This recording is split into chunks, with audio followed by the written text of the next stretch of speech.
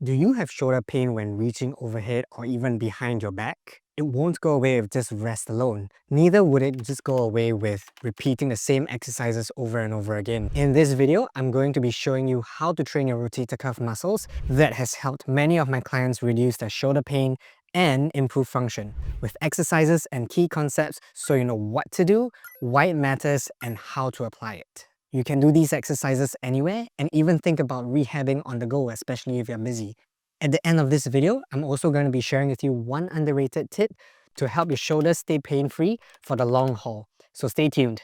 The rotator cuff is a group of 4 small muscles: supraspinatus, infraspinatus, teres major, and subscapularis. They all originate from the scapula and attach to various points on the humerus. Think of them as your shoulder's control system. They keep the ball of the upper arm snug in the shoulder socket, especially during movement. This stabilizing role is crucial, whether you're throwing a ball, reaching overhead, or just carrying groceries.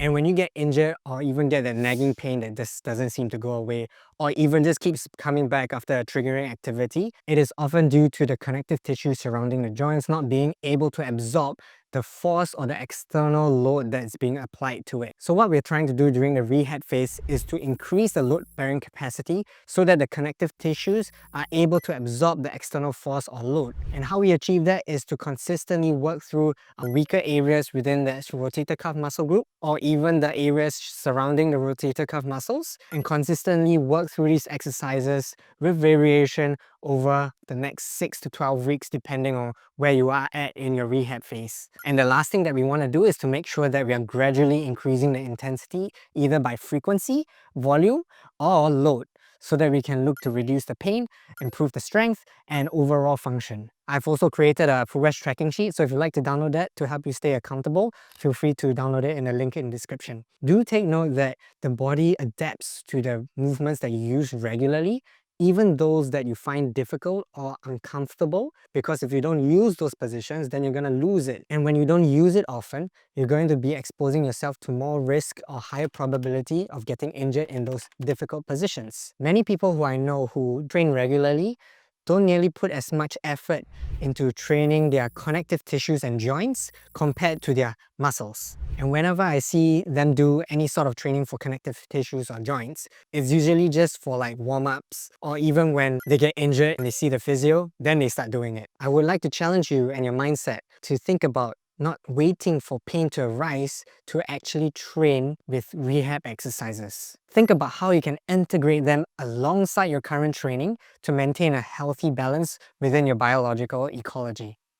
This comprises of your nervous system, joints, connective tissue, and muscular system. Every time you train, you're drawing on your body's biological resources, but most people only focus on the nervous system and muscular systems. That's why it's important to figure out which specific exercises to focus on. Doing generic exercises won't help much if you're not targeting the right areas with the right intention. So think about how you can modify aggravating activities, integrate exercises into your lifestyle, and incorporate a consistent training program. Do take note that some level of discomfort during rehab is acceptable, as long as it's tolerable, around 2 to 3 out of 10 in terms of pain level, and you're progressing slowly and steadily towards your goal. If the pain level is more than level 3 out of 10, then I would say to lessen the intensity. If you really can't move without excruciating pain, then I would say to really rest in that case, or seek a healthcare professional at that point of time. Studies also show that even low load and specific targeted exercises can significantly reduce pain and improve shoulder function, but only if done consistently. So here are 3 ways you can use to train your rotator cuff muscles in the following sequence: rotational exercises,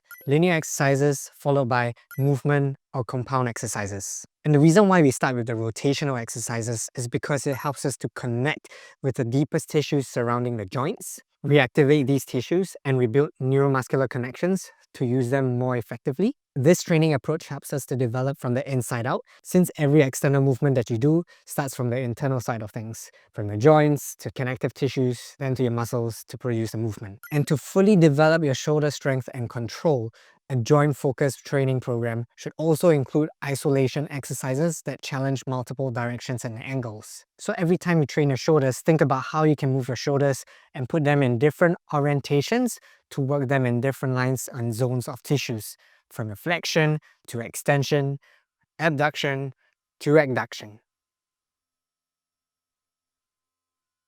So the first exercise that we'll do will be by priming the joint and its surrounding tissues with scapular and shoulder controlled articular rotations, or in other words, CARs. This is not only a great activation tool, but also helps you assess joint function by revealing any compensations when you isolate the movement. Start by belly breathing and bracing the core, doing muscle irradiation, in other words, build tension throughout the entire body so that they can help to recruit more muscles within the surrounding tissues of the joint, and straighten out forward in a 45-degree raised position. And we're going to start drawing big circles in slow and controlled manner with our scapula, and trying not to compensate with arching the back or pushing our neck forward. You might feel that there will be some jerky movements as you do this if you haven't done this regularly. So just try and consistently grind through in a slow and controlled manner to try and avoid that, and trying to work through that so that you can start to build that neuromuscular connection, and also working the mechanoreceptors in the scapula as well. For the next one, we're going to be working on our glenohumeral joint, our shoulder. So I'd like you to get your right arm out and swing it all the way across into your end range. And then from here, I would like you to externally rotate your shoulder till the end range. Once you've found that spot, I want you to breathe in, irradiate, and we're going to draw the biggest circle that you possibly can. And then start internally rotating your shoulder joint till the max position where your knuckles will be right by your side. And then from here, we're going to reverse and unwind the shoulder,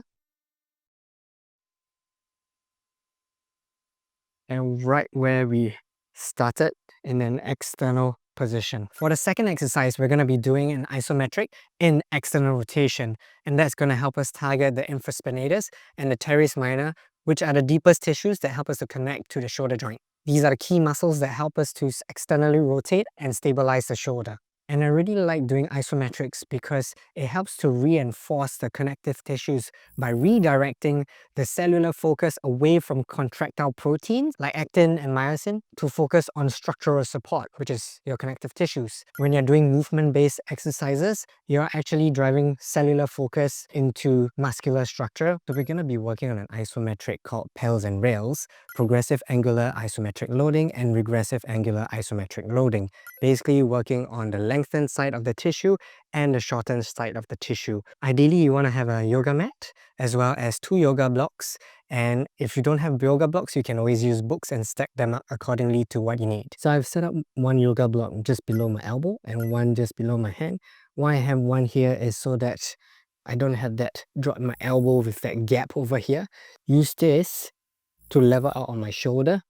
For the block just below the hand, you want to put it in a level where you can still feel a stretch in the shoulder for your external rotation. So if it's not high enough, you can also flip it and you can go into this position and you'll start to feel a deeper stretch here. And then from this position, relax into the stretch. So after holding this passive stretch for about 30 seconds, we want to start driving for our PALS and rails. So for the PALS, we're going to start pushing our fists into the yoga block, and we're going to do it from 10% effort and then slowly increase it to maybe about 30%, because we want to avoid any injuries, especially if you're doing this for the first time. And if you have any pains in your rotator cuff, you want to take it nice and easy first. Usually I would say if you have a healthy shoulder joint, we'll try and increase it at least up to 50 to 70%. But for today, if like say you have a weak shoulder, you have a weak rotator cuff, and you've never done this kind of deep tissue work before, then I would say to start with a very low intensity. And when you do your PALS, we're going to be doing it for about 40 to 60 seconds. After that, for the rails, we're going to be working on the opposite end. So I want you to drive your hand up in a reverse direction, away from the yoga block. But do take note that you might not be able to lift off the yoga block. I just want to give you a representation of how it would look like. So if I'm in my full stretch position, ideally I'm just working from this isometric position and trying my best to lift off the yoga block, but I might not even lift it off. But we're working and engaging on the opposite, on the antagonist side of the muscle groups. So after we're done with our pills and rails, the next one you want to do is place your elbow on top of your knee, and we're going to be working from external rotation and internal rotation, just going back and forth. And every time you hit the end range, I want you to try and squeeze out more range for about 2 seconds before working to the other end. And this is to help us to drive the internal and external rotation neuromuscular connection to help us to activate and mobilize it better. And if, like, say, you don't want to do your TikToks back and forth on the elbows, we can always do it in a standing position as well. Just make sure to isolate your shoulder and place your elbows in the same position while you're doing your rotations. And just make sure that you're doing it in a slow and controlled manner. And just in case you don't have yoga blocks or you don't have books around and you just want to have a way for you to work on your external rotations, you can always find a wall or a corner of a wall and also place yourself in a similar position in external rotation. And just line up your shoulder so it's in line with your elbow as well. And then from here, you want to tilt down and you'll slowly bring yourself in external rotation and find that stretch in your external rotation. And also back to the point where your shoulder can be placed in different orientations. This is where you can start to play around with your internal and external rotations in different positions. Just making sure that your elbows are in the same position while you're doing your rotations. The intensity should be challenging but manageable, but also keep in mind that if you have any pain, don't go above 3 out of 10. And some common mistakes will be not to let the shoulder blade roll or pop off when you're doing the external rotation. Reset and isolate the correct muscle if you have to do so. Avoid the elbow drifting or straightening. And now we're going to move on to category number 2, linear exercises. By working on these linear exercises, these muscles will help to contribute to the motion and stabilize the shoulder even more in tandem with the rotator cuff. You can use a chair, weights, or even bands. You can also do it in an upright position in the same format, but just take note that you want to avoid compensating by arching your back, pushing your neck forward, so try and keep your spine as still as possible, upright and straight. For the programming, look to do 2 sets of 40 to 60 second holds. You can also start to gradually increase the weight or the time as needed. On the last category, if your goal is to achieve compound movements, you'll need multi-angle pushing and pulling work. Many people only train a single line of tissue, whereas you have all this space that your shoulder is allowing you to move in. So one technique that you can use is called dynamic EQI. But this time we're going to be working in different zones as we fatigue with continuous tension. Some people might say, they do 3 sets or 4 sets of one particular exercise like a flat bench. Then they go to a decline. Then they go to an incline. But if you don't have the luxury of time, intensity is the currency for hormone production. So if you really think about it, and if you want to save time in your training, really try and go intense. But of course, if you don't have training experience yet, start with low intensity and slowly work your way up. At the end of the day, you want to train smart and reserve your biological resources and be able to do more throughout the day as well. So for the movement and compound exercises, you can look to doing the standard push-ups, overhead presses, and pulls. But think about how you can train them in the different zones now using dynamic EQI. So here are the examples that you can follow. So for the entire programming, try to include CARs daily to maintain joint integrity and awareness. Build your training around weaker points and not just what you're already good at. Because a lot of people, they go to the gym and they start working on their favorite exercises and they keep doing it week by week. Nothing against it, but do think about also balancing out with the ones that are weaker in your training. Remember that most injuries happen in areas where you're weakest, not strongest. Keep exercises tolerable. Remember that consistency is key and complete these exercises ideally 2 to 3 times per week for at least 12 weeks. Progressively adapt by gradually increasing intensity and ensure you're taking recovery days in between. So now that we're coming to the end of this video, I'm going to share one last underrated tip with you. And that one underrated tip is to split your training across the day.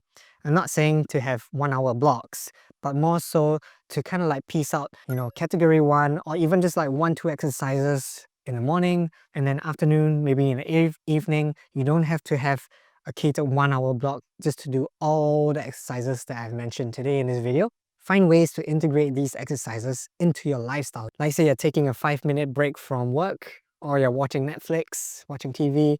You can work these exercises at home wherever you are, because at the end of the day, the exercises that I shared today do not require much equipment as well. It's all about intention and how you apply it. Because remember, consistency is key. And if you are able to split it out across the day, means you have more biological resources to train intensely for one specific time of the day, and then the second part of the day, and then the third part of the day. But having said that, even if you can't do all the exercises that I shared today in one day, that's totally fine. Because even if you do one exercise, it's still better than doing nothing. Be patient, realistic, and mindful, because overdoing it and getting injured will only delay the progress further. Remember that a little discomfort during rehab is okay, but if it does become too painful, then reduce the load, frequency, or volume. And remember, once you've fully recovered, make sure to keep training those collective tissues as high as you can train your muscles. Think of your body as a scale, and when you build more muscle, your connective tissues must adapt as well to support the load. Otherwise, the risk of injury will return. And also do remember that once you've fully recovered, to continue training your connective tissues and joints equally as hard as you would train your muscles as well. Because if you stop, there might be that risk of it coming back up again. Oh, hi. To recap, the rotator cuff supports shoulder stability and control, but you can't train them in total isolation. So that's why a complete approach that flows from rotational, linear to movement is best for both rehab and long-term strength. And if you're keen to further improve your shoulder mobility and strength, and also learn new techniques to unlock active range of motion, then do check out my next video here on shoulder mobility.